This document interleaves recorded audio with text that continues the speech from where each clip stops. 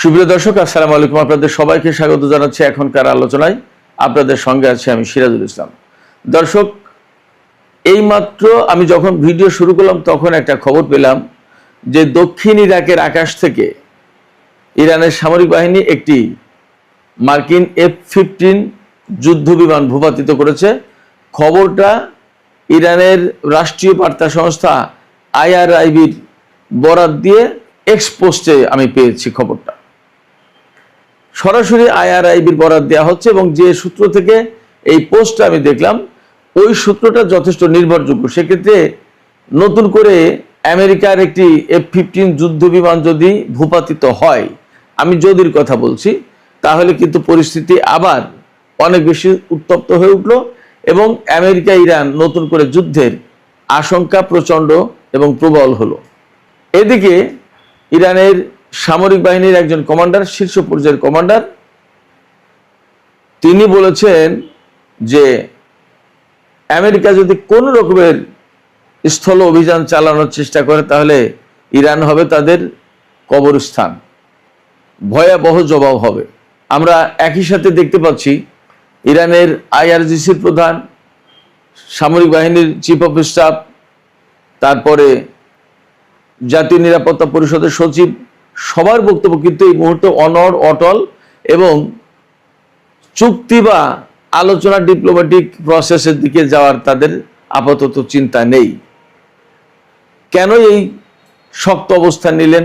আসলে নতুন সামরিক কাঠামোই পরিবর্তনের পরে ইরানের সামরিক বাহিনীতে কি বড় ধরনের পরিবর্তন হলো? অথচ পাকিস্তানের পক্ষ থেকে কিন্তু ইরানে তাদের স্বরাষ্ট্রমন্ত্রীকে পাঠানো হচ্ছে, চেষ্টা করা হচ্ছে আঞ্চলিক স্থিতিশীলতা এবং নতুন করে আলোচনায় বসানো যায় কিনা সেই ব্যাপারে কথা বলার। আরো কতগুলো ঘটনা আছে, ছোট ছোট ঘটনা। লোহিত সাগরে হুতিদের হামলায় সৌদি আরবের যে জাহাজ ক্ষতিগ্রস্ত হয়েছে, সেই জায়গায় পাকিস্তানের 3 জন নাগরিক নিহত হয়েছে। এই ব্যাপারে পাকিস্তানের পক্ষ থেকে কিছু বক্তব্য আছে। আর বাব আল মানদেব প্রণালীর পরিস্থিতি কিন্তু আগের চেয়ে জটিল হয়ে উঠেছে। এর প্রেক্ষাপটে আন্তর্জাতিক বাজারে তেলের দাম যেমন বেড়েছে, তেমনি জাপানের পক্ষ থেকে ইরানকে অনুরোধ জানানো হয়েছে যাতে বাব আল মানদেব প্রণালী এলাকায় হুতিরা হামলা বন্ধ করে, সেই ব্যবস্থা যেন ইরান নেয়। সুপ্রিয় দর্শক, এই বিষয়গুলো নিয়ে এখনকার ভিডিওতে আমি বিস্তারিত আলোচনা করার চেষ্টা করব। আশা করি আপনারা শেষ পর্যন্ত সঙ্গে থাকবেন। আর ভিডিও যদি ভালো লাগে তাহলে লাইক, কমেন্ট, শেয়ার করবেন এবং চ্যানেলটি সাবস্ক্রাইব করে সাথেই থাকবেন। দর্শক, চলুন আমরা বিস্তারিত আলোচনা করি। প্রথম আলোচনা যেটা করতে চেয়েছি সেটি হচ্ছে যে এই মাত্র কিছুক্ষণ আগে খবর পেলাম, এখনো মেইন স্ট্রিম গণমাধ্যমে যাচাই করার সুযোগ হয়নি। আমি আবারও বলছি, Islamic Republic of Iran broadcasting, যেটা ইরানের রাষ্ট্রীয় বার্তা সংস্থা IRIB, তার বরাত দিয়ে একটা বিশ্বস্ত সূত্র থেকে এক্সে পোস্ট দেওয়া হয়েছে ব্রেকিং নিউজ বলে, যে দক্ষিণ ইরাকের আকাশ থেকে ইরানের সামরিক বাহিনী একটি F-15 যুদ্ধ বিমান ভূপাতিত করেছে। এই খবরে দাবি করা হয়েছে যে শোল্ডার লঞ্চ মিসাইল থেকে, অর্থাৎ কাঁধে রেখে যে মিসাইল ছোড়া হয়, সেই মিসাইলের সাহায্যে এই বিমানটি ভূপাতিত করেছে। একই খবরে বলা হচ্ছে যে সম্প্রতি ইরান চীন থেকে যে কাঁধে রেখে নিক্ষেপযোগ্য ক্ষেপণাস্ত্র প্রতিরক্ষা ব্যবস্থা আমদানি করেছে, সেই ক্ষেপণাস্ত্র ব্যবহার করে আজকের এই বিমান ভূপাতিত করা হয়েছে। এখানে অবশ্যই কথা বলতে হবে, এই বিমান যদি অ্যাকচুয়ালি ভূপাতিত হয়ে থাকে তাহলে কিন্তু আমেরিকা এবং ইরানের মধ্যে নতুন করে বড় রকমের সংঘাতের একটা আশঙ্কা বা পরিস্থিতি তৈরি হলো। খবরে বলা হচ্ছে এই বিমানটি ভূপাতিত হয়েছে একেবারে বসরার কাছাকাছি। বসরা কিন্তু ইরাকের একেবারে দক্ষিণ অঞ্চলে, যেখান থেকে ইরানের সীমান্ত কাছাকাছি। এখন প্রশ্ন আসতে পারে যে ইরান কেন মার্কিন বিমান ভূপাতিত করতে গেল? জবাব হতে পারে এরকম যে যুদ্ধ তো চলছে, যুদ্ধ তো বন্ধ হয়ে যায়নি। আমেরিকা হঠাৎ করে ইরানের উপর আক্রমণ করে বসে। ইদানিং ইরানও প্রিএমটিভ হামলা করেছে জর্দানে মার্কিন বিমান ঘাঁটিতে, এবং হয়তো আজকের এই হামলাও বা আজকের এই যুদ্ধ বিমান ভূপাতিতের ঘটনা হয়তো একই রকমের। ইরানের পক্ষ থেকে কিন্তু হুঁশিয়ারি উচ্চারণ করা হয়েছে যে আমেরিকা যদি কোনো ধরনের স্থল অভিযান চালানোর পরিকল্পনা করে ইরানের বিরুদ্ধে, তাহলে তাদেরকে একেবারে চূড়ান্ত জবাব দেওয়া হবে এবং মার্কিন সেনাদের কবরস্থানে পরিণত হবে ইরান। কেন এই হুমকি হঠাৎ করে? তাহলে কি নতুন যে সামরিক কাঠামো পরিবর্তন করা হলো, কমান্ডিংয়ের কাঠামো সর্বোচ্চ নেতা পরিবর্তন করলেন, এই পরিবর্তনের কারণে কি ইরানের সামরিক বাহিনী আইআরজিসি তারা সবাই নড়ে চড়ে বসেছে? এবং আজকেই ঘোষণা দেওয়া হচ্ছে যে ইরান এই পরিমাণে ক্ষেপণাস্ত্র এবং ড্রোন উৎপাদন করে, যা ব্যবহার করেছে তার চেয়ে অলরেডি পার হয়ে গেছে নতুন করে উৎপাদন করা ড্রোন এবং ক্ষেপণাস্ত্রের পরিমাণ। এবং একজন সামরিক কমান্ডার বলেছেন যে ইরান যদি কয়েক বছর ধরে যুদ্ধ করে তাহলেও তাদের হাতে জমানো ক্ষেপণাস্ত্র এবং ড্রোন শেষ হবে না। তাহলে আসলে আমেরিকার ভরসার জায়গা কি? আমেরিকা কি ইরানের সাথে যুদ্ধ করে হরমুজ প্রণালী এবং চলমান সংকট সমাধান করতে পারবে, নাকি মার্কিন প্রেসিডেন্ট ডোনাল্ড ট্রাম্প তার গল্ফ ক্লাবের কাছে নাকি ক্ষেপণাস্ত্র প্রতিরক্ষা ব্যবস্থা মোতায়েন করেছে? এইরকমভাবে সারা আমেরিকায় ক্ষেপণাস্ত্র প্রতিরক্ষা মোতায়েন করতে হবে কোনটা? এদিকে হরমুজ প্রণালী এলাকায় কিন্তু কঠিন পরিস্থিতি বিরাজ করছে। ওমান উপকূলে একটি জাহাজে আমেরিকা হামলা চালিয়েছিল, সেই জাহাজের তেল ছড়িয়ে পড়েছে ওমান উপকূল থেকে হরমুজ প্রণালী পেরিয়ে সেই তেল ইরানের উপকূলের দিকে চলে গেছে, এবং ইরানের কেশম দ্বীপের যে সমস্ত ছোট ছোট জলপ্রবাহ রয়েছে সেই সব জায়গায় ছড়িয়ে পড়েছে। খুব খুব মারাত্মক অবস্থা এবং পরিবেশ বিপর্যয়ের একটা বড় আশঙ্কা দেখা দিয়েছে। এদিকে বাব আল মানদেব প্রণালী এলাকায় হুতিদের হামলায় সৌদি আরবের একটি জাহাজ ক্ষতিগ্রস্ত হয়েছে এবং পাকিস্তানের 3 জন নাগরিক নিহত হয়েছে। এই ঘটনায় পাকিস্তান ইরানের সাথে আলোচনা করছে এবং পাকিস্তানের পররাষ্ট্রমন্ত্রী ইসাক দার এই ঘটনার নিন্দা জানিয়েছে। তিনি একটু হুমকির সুরেই বলেছেন যে সৌদি আরবের সাথে যেহেতু তাদের অ্যালায়েন্স রয়েছে, 15 জাতির জোটে যুক্ত তারা, সেক্ষেত্রে লোহিত সাগরের নিরাপত্তা বা ওই এলাকায় এই ধরনের ঘটনা যাতে রোধ করা যায়, প্রয়োজনে তার কার্যকর ব্যবস্থা নেবে তারা। পরিস্থিতি দেখে আসলে মনেই হচ্ছে যে মধ্যপ্রাচ্যের অবস্থা অনেক জটিল। কিন্তু দুঃখজনক হচ্ছে যে সৌদি আরবের সাথে ইয়েমেনের যে সংকট, এই সংকটটা মীমাংসার জন্য তুরস্ক, পাকিস্তান এইরকম কোনো দেশ উদ্যোগ নিল না। সবাই এর নিন্দা জানাচ্ছে, 15 জাতির জোটে যুক্ত হচ্ছে, কিন্তু ইয়েমেন এবং সৌদি আরবের মধ্যকার যে সংকট, এই সংকট সমাধানের কোনো ব্যবস্থা কেউ করছে না, উদ্যোগ নিচ্ছে না।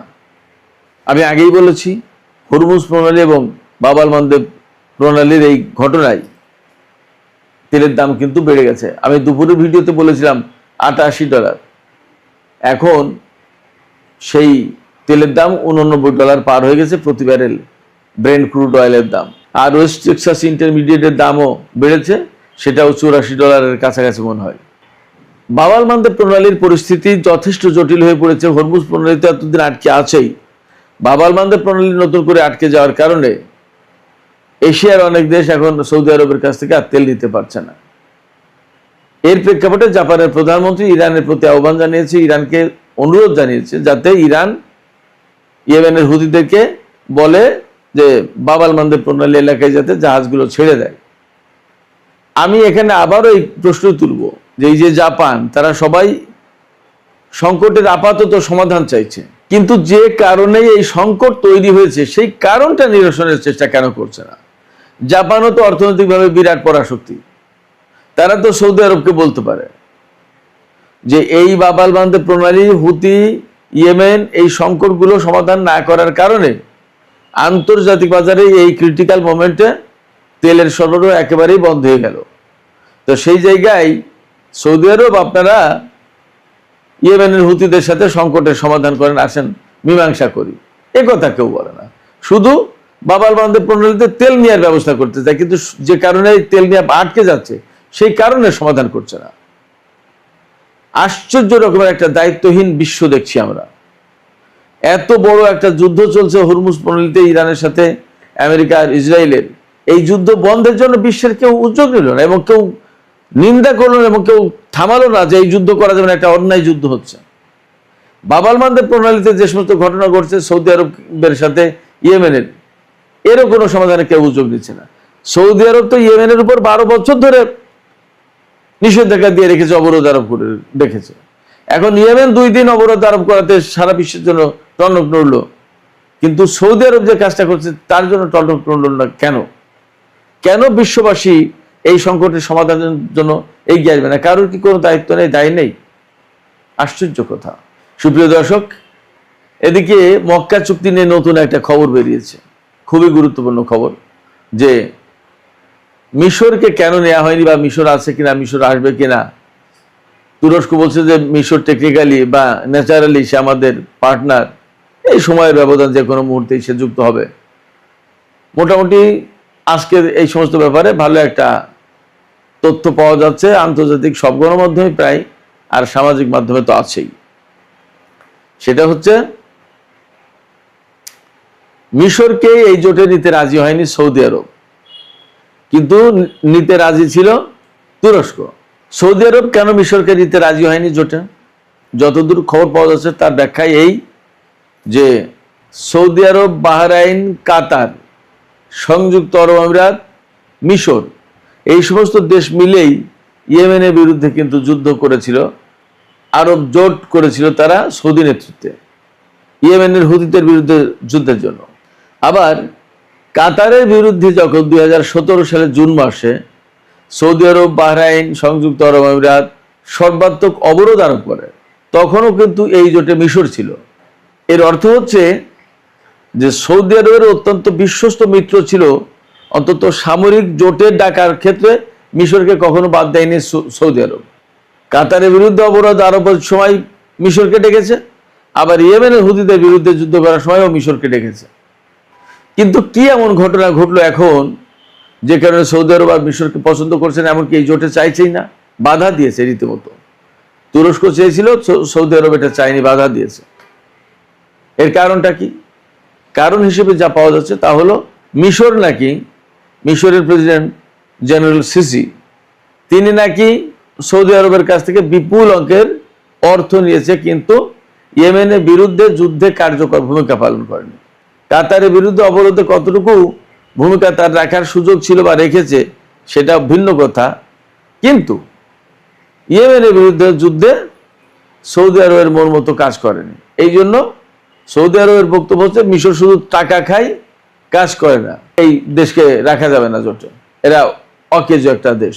অথচ বাস্তব কথা হচ্ছে এই সৌদি আরব কিন্তু জেনারেল সিসিকে ক্ষমতা আনার ব্যাপারে বা তাকে স্ট্রংলি সাপোর্ট দেওয়ার ব্যাপারে মোহাম্মদ মুরসির নেতৃত্বাধীন যে ব্রাদারহুডের ক্ষমতা ছিল মিশরে, সেই মুরসি সরকারকে উৎখাত করে যখন জেনারেল সিসি ক্ষমতা দখল করে, তাকে সাপোর্ট দিয়েছিল কিন্তু সৌদি আরব, এবং হোসনি মুবারকের সরকারের সাথে ব্যাপক সম্পর্ক ছিল সৌদি আরবের।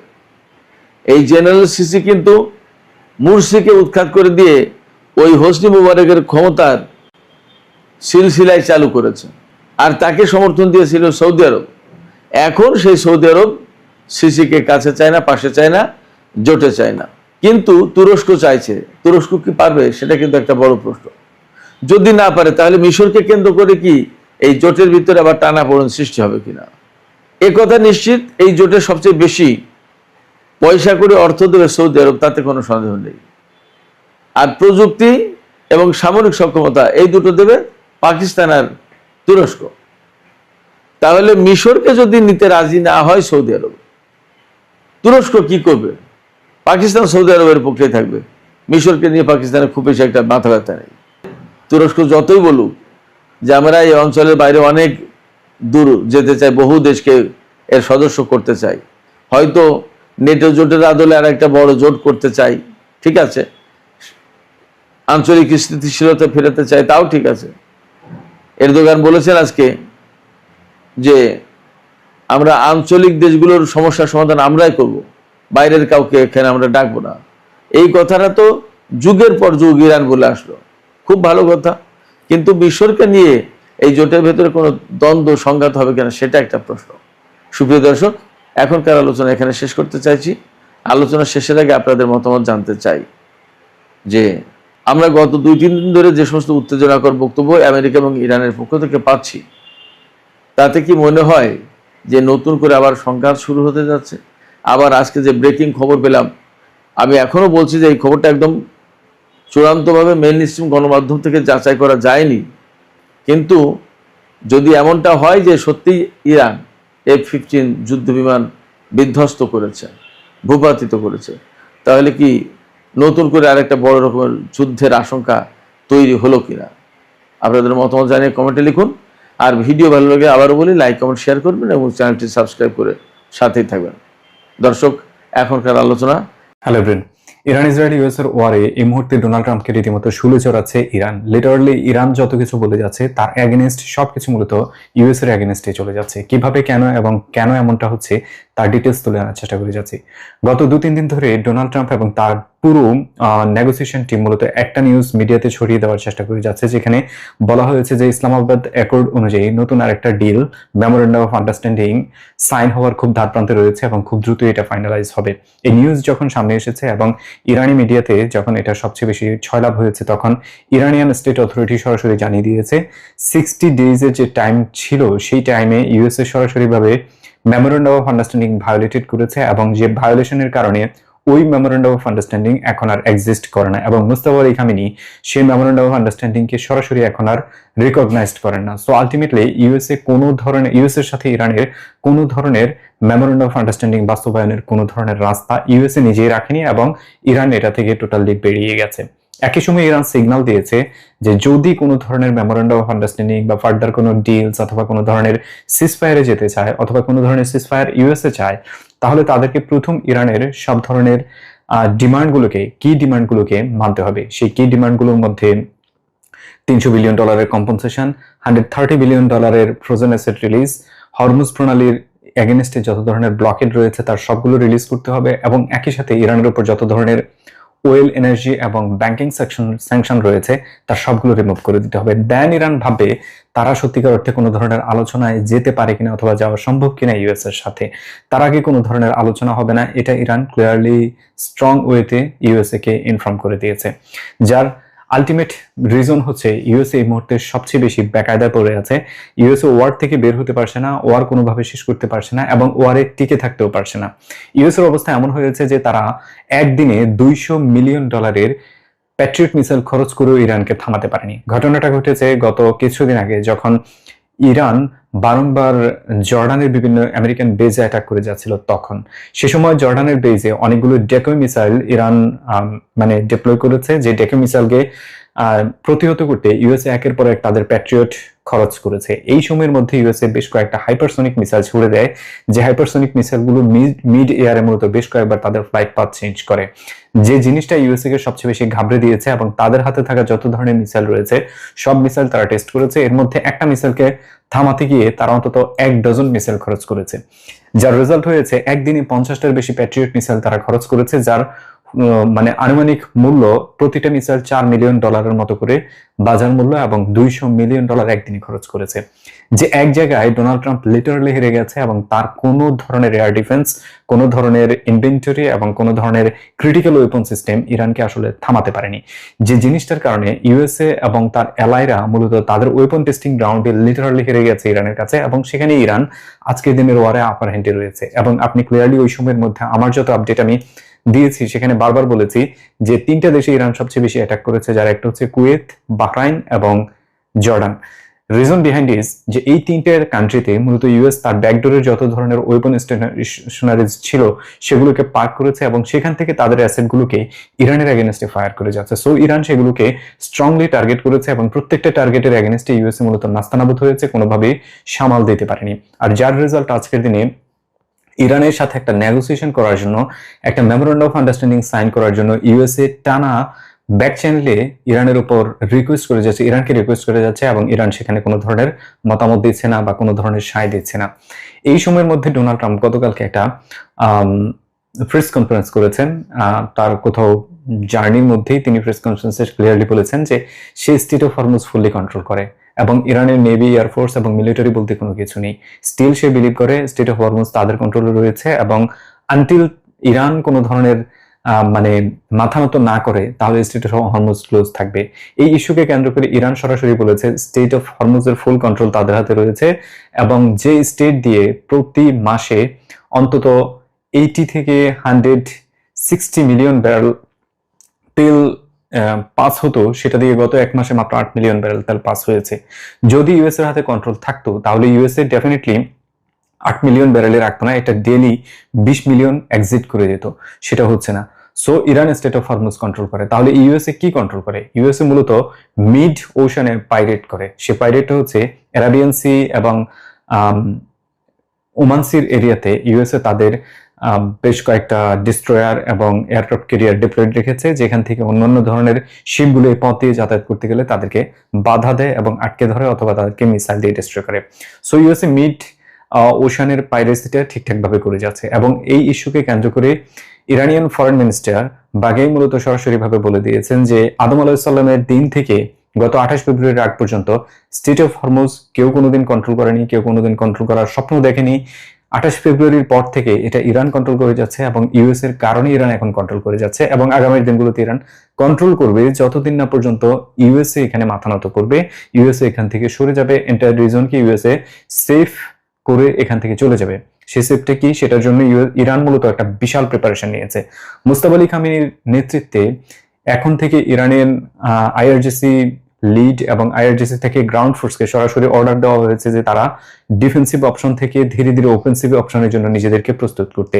দ্যাট মিনস হচ্ছে যেসব ওয়েপনারি এবং যেসব ক্রিটিক্যাল ইনফ্রাস্ট্রাকচার দিয়ে ইরান মূলত এতদিন নিজেদেরকে ডিফেন্স করেছে, তার চেয়ে আধুনিক, তার চেয়ে বেটার এবং তার চেয়ে প্রিসিশন কোনো ওয়েপন ডেভেলপমেন্টের নির্দেশ দেওয়া হয়েছে, যাতে করে আগামীর দিনগুলোতে তারা যে কোনো দেশ তাদের উপর অ্যাটাক করেছে তাদের উপর অফেন্সিভ অ্যাটাক ইরান করতে পারে। সেটার জন্য long range, short range, variant, বিভিন্ন ধরনের মিসাইল, এয়ার ডিফেন্স সবকিছু তাদের প্রয়োজন। এবং ইরান কনফার্ম করেছে যে লাস্ট টাইম তারা যে F-15 ফাইটার জেটকে সরাসরিভাবে শুট ডাউন করে মাটিয়ে নেমিয়েছে, এটা মূলত ইরানের হোম গ্রাউন্ড তৈরি এয়ার ডিফেন্স সিস্টেম F-8 দ্বারা তারা মূলত এটাকে শুট ডাউন করেছে। সো ক্লিয়ার যে ইরান তার ওয়েপনারি এবং স্টক ফাইলের দিকে বেশ নজর দিয়েছে, এবং স্টক ফাইলকে মেনশন করতে গিয়ে ইরানের আইআরজিসি জেনারেল নাকিব সরাসরি বলেছেন ইউএসএ এবং ইসরায়েল বলছে তাদেরকে ওয়েপন স্টক খালি করে দিবে, সেখানেই তিনি উদ্দেশ্য করে বলেছেন যে ইরান একদিনে যে পরিমাণ মিসাইল এবং ড্রোন ফায়ার করে তার দ্বিগুণ তারা অ্যাকচুয়ালি প্রডিউস করে। সো এটা কিরকম হতে পারে? ধরেন একদিনে ইরান মূলত কম পক্ষে যেদিন ফায়ার করেছে সেদিনও 15 থেকে 20টা অথবা 10টা অথবা 5টা এই ধরনের মিসাইল ফায়ার করেছে, এন্ড ড্রোনের কথা বললে এটা শত ছাড়িয়ে গেছে কোনো কোনো দিন। সো ইরান অ্যাকচুয়ালি তার দ্বিগুণ তারা ডেভেলপ করে, দ্বিগুণ তারা প্রডিউস করে। সো আলটিমেটলি তাদের যদি কেউ স্বপ্ন দেখে যে তাদের স্টক ফাইল ডিস্ট্রয় করে দিবে এবং তাদের ওয়েপন প্রডিউসিং ক্যাপাসিটি ডিস্ট্রয় করে দিবে, তাহলে এটা স্বপ্নই থেকে যাবে, এটা কোনোদিন বাস্তব হবে না। এবং ইরান ডিটারমাইন্ড যে আগামী 2029 সাল পর্যন্ত তারা এই ওয়ার কন্টিনিউ করে যাবে, এবং কোনো ধরনের মেমোরেন্ডাম অফ আন্ডারস্ট্যান্ডিং, কোনো ধরনের সিজ ফায়ার তারা এগ্রি করবে না। এর পেছনের কারণ খুব স্পষ্টভাবে ইরান জানিয়েছে যে লাস্ট 60 ডেজ ওয়ারের সময় যখন ইরান 60 ডেজ একটা সিজ ফায়ার এগ্রিমেন্ট করেছে, সেই সিজ ফায়ার ভায়োলেটেড করেছে প্রথম ইউএসএ। যে ইউএসএ যখন প্রথম ভায়োলেট করেছে তখন তারা সিদ্ধান্ত নিয়েছে যে এই রেজিমের সাথে অ্যাটলিস্ট আর কোনো ধরনের সিজফায়ারের সিদ্ধান্ত তারা নিতে পারছে না, কারণ হচ্ছে যদি আবারও নেয় সেম একই ভুল তারা আবারও করবে এবং ইউএসএ সেই সিজফায়ার ভায়োলেট করবে। অ্যান্ড সেই জন্য ইরান কোনো ধরনের সিজফায়ার এগ্রিমেন্টের দিকে আগামী দিনগুলোতে আপাতত হাঁটছে না। এর পেছনের কারণটা খুব ক্লিয়ারলি স্ট্রংলি তারা বলে দিয়েছে। এবারে এই সিচুয়েশনে আসে মূলত হচ্ছে আগামীর দিনগুলোতে ইউএসএ ইরানের সম্পর্ক কোন দিকে যাচ্ছে সেটাকে অ্যাকনোলেজ করার ব্যাপার। এখানেই মূলত সবচেয়ে বড় গেম খেলে যাচ্ছে ইসরায়েল। ইসরায়েল ক্লিয়ারলি পুরো ইউএসএ এর ফরেন পলিসিটাকে কন্ট্রোল করে যাচ্ছে, যার ফলে ইউএসএ যত ধরনের সিদ্ধান্ত নিচ্ছে সেখানে মূলত এগেনস্ট ইসরায়েল কোনো কিছু হচ্ছে না। আর এগেনস্ট ইসরায়েল যখন কোনো কিছু হবে না তখন এন্টি ইরানিয়ান যে কোনো কিছুই হবে, যার ফলস্বরূপ ইউএসএ কোনো ধরনের সিদ্ধান্ত অ্যাকচুয়ালি স্বতঃস্ফূর্তভাবে নিজের স্বাধীন ফরেন পলিসি অনুযায়ী নিতে পারছে না। এটা হচ্ছে ইউএসএ এর সবচেয়ে বড় নেগেটিভ সাইড, যে তাদের এন্টায়ার সিস্টেমকে ইসরায়েল মূলত কলাপস করে মানে করাপ্ট করে ধরে রেখেছে, যার ফলে তারা এখানে আটকে আছে।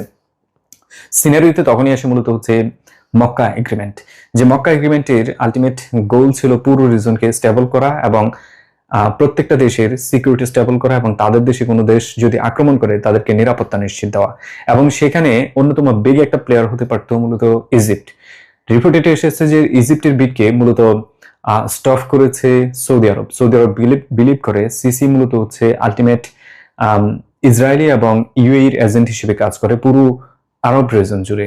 রিসেন্ট টাইমে লাস্ট কয়েক মাসে এমন কিছু ইন্টেলিজেন্স ইজিপ্টের সাথে সৌদি আরব এবং পাকিস্তান শেয়ার করেছিল, যে ইন্টেলিজেন্স শেষ পর্যন্ত সিসি ডোনাল্ড ট্রাম্পের কাছে হস্তান্তর করে দিয়েছে, যার ফলস্বরূপ তাদের অনেক কিছুই মূলত মাঝপথে ভণ্ডুল হয়ে গেছে। এটাতে বিলিভ করা হচ্ছে যে আগামী দিনগুলোতে সিসিকে যদি এই ব্লকে ইসলামিক ন্যাটো, মুসলিম ন্যাটোতে যোগ করা হয়, তাহলে মুসলিম ন্যাটোর যে সিক্রেট রয়েছে সেটা